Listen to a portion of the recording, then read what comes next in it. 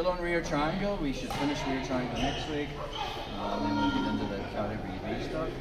We're going to look at rear triangle entrances from passing positions.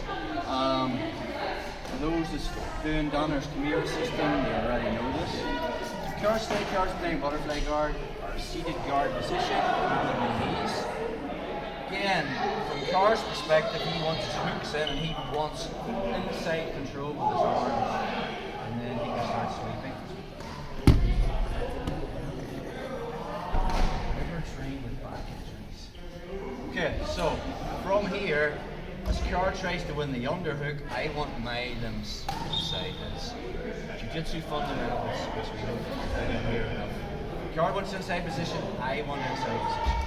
So as he's trying to win underhooks, I keep inside position, but I want to make a connection to head control. The second I do, I'm going to step into combat base. Again, I need to be careful that when I step up, the Car's shin isn't in front of mine, because he'll want to hug my leg and start doing his stuff from here, which I don't like. So when I'm engaging with my arms, I'll move slightly and then I step in. And my left knee is going to penetrate over Car's right hip. Okay, I'm going to put a Chimera chop on Car's left arm. So from here, as I move in, I'm going to level change and bring my armpit over his head. Which is what he wants, because he wants to be down here when he underhooks and stuff. So from there, I'm just going to put an overhook on his arm. Now you can, if you want, put the Chimera chop on and roll over your left shoulder, but I've found from experience, you'll end up rolling on their head. Will we do that one first? Okay, so a safer way is just put the back of my hand on his arm, and I can use this hand here to control the roll. And when I roll, I make a point of not landing on his head. So my left knee's traveling over the far hip. As I roll over my left shoulder, I'm going to end up in T Chimera position. If you're not familiar with this, think of a capital T. Car's the base, I'm the top of the T, and we have the Chimera trap locked in place. Option 1, Carl does nothing. Okay? I just come up on top.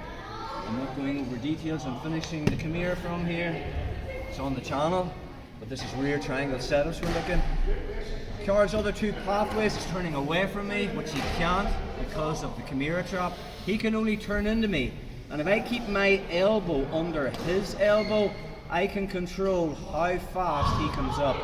Now, if I'm totally late and I'm more in here and he comes up, I can physically, just turn this way, I can physically let go of my left hand grip and make a fist.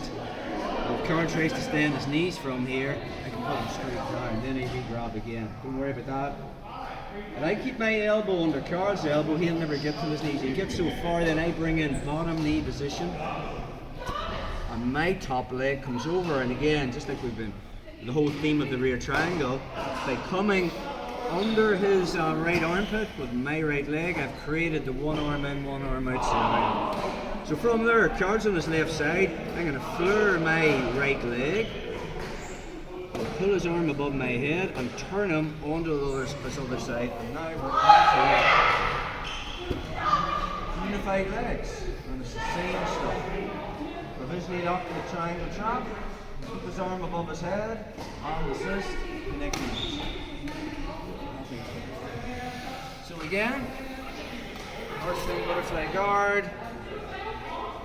He wants the underhook, I'm just controlling that inside space. Eventually I'll move a little bit closer and get a single necktie. From here I'm going to step in. So if I want to take the Chimera drop on his left arm, it'll be my left foot that steps in. I want to make sure that I'm deep so he can't go shin to shin. My left knee is coming over his right hip, but I can't get the overhook on that arm because his head's in the way. So we have to physically level up. So my armpit's coming over his head. And again, from his perspective, this is what Carl wants. He wants to be down here so he can body lock me and stuff. Okay? So once I come over, I'm just going to put that whizzer on, push my hand on the mat, and push with my feet. I'm going to roll over my left shoulder. My left knee's traveling over his right hip, but most importantly, I don't land on his head. I don't want anybody crushing heads tonight. So we end up in T-Khmer position. Okay? From here, I keep my elbow under charge as he turns into me. Bottom knee comes in first. Then I create the one arm in, one arm out scenario by bringing my right leg over his shoulder. I hook my foot in. So this right charge on the side, I have to take it to this other side.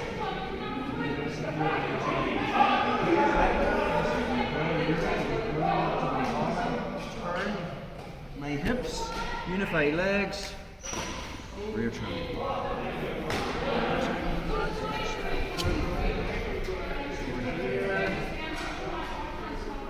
I get inside control this way. My arms are on the inside, Charles' arms are on the outside. Step in and beat the shin with shin. That can be a battle too. Maybe I step up Charles, bringing the shin, the S, so you might have to come down again, and I'll move and bring it to the inside. It's a constant battle. These better players, you have to spend time to get this. So now from there, my knee comes over the far hip. I elevate and bring my buzzer over that arm. Back of the hand to his forearm, pushing my feet, and as he rolls over my left shoulder, get a land on his head. Then I secure the Khmer choke. As he turns into me, I elbows under his. I can stop him getting to my knees. The bottom knee comes in, top leg comes over and makes that hit. From there, I can start to bring his arm towards my head. I talked about exposing the suicide zone, so I turn the wrist, suicide zone to suicide zone, pull his arm above the head as I flare my knee. That's what takes the guard onto his other side. Punching that through so there's no space in the strangle leg, provisionally locking the triangle trap, focusing on getting the arm above the head, then I can come back and re-secure, connect my knees in the invisible line, bring my left knee towards my hip.